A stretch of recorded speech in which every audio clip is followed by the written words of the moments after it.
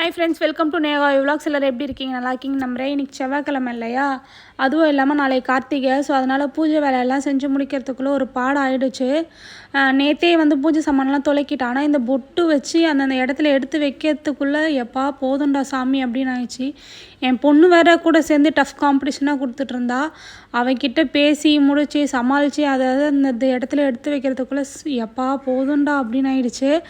அதுக்கப்புறம் இன்றைக்கி பரணி தீபம் ஏற்றணும் அப்படின்னு சொல்லியிருந்தாங்க. எத்தனை பேருக்கு இதை பற்றி தெரியும்னா கமெண்ட் பண்ணுங்கள்.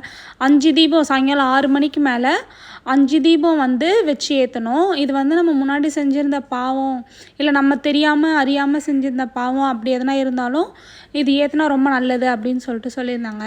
நான் எப்பயும் போல் டியூஸ்டேனால் 1 to 2 நான் சாமி கும்பிட்டுட்டேன். சாமி கும்பிட்டது எல்லா விளக்கும் ஏற்றலை, ஒரு சில விளக்குலாம் விட்டுட்ருப்பேன். அதுக்கு ஏன்னா சாயங்காலம் திரும்ப விளக்கு ஏற்றணும் அப்படின்றதுக்காக தான் நான் ஏற்றலை. 6 மணிக்கு மேலே எல்லோரும் ஏற்றி சாமி நல்லபடியாக வழிபாடு பண்ணுங்கள். ஓகே ஃப்ரெண்ட்ஸ், தேங்க்ஸ் ஃபார் வாட்சிங். நெக்ஸ்ட் வீடியோ பார்க்கலாம். பாய்.